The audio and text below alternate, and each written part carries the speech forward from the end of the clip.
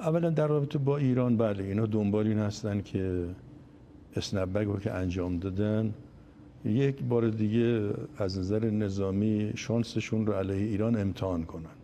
این امکان پذیر هست.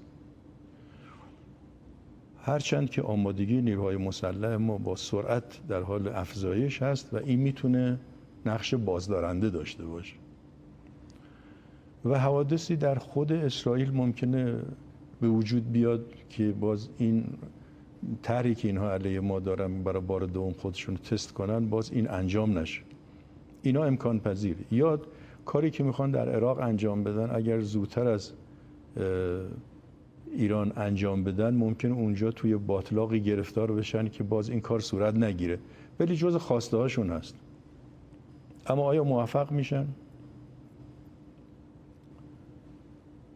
جناب آقای خسروی، ما در جنگ 12 روزه فقط 30% توانمون استفاده کردیم و چون خودمون رو برای جنگ 2 ماهه آماده کرده بودیم ما برخی از موشک‌هامون اصلا به کار نگرفتیم. موشک‌های که رونمایی نکرده بودیم به کار نگرفتیم. اون روز 11 12 شما دیدید سجیل و خرمشهر که اومد پدیده جدیدی بود. چرا؟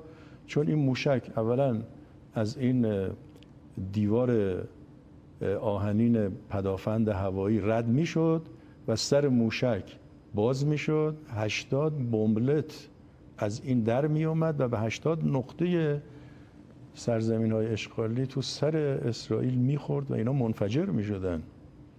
ما چون جنگ رو 2 ماه برنامه ریزی کرده بودیم فکر نمی کردیم به این زودی اینا تقاضای آتش بس کنن و ما هم قبول کنیم و کار تمام بشه.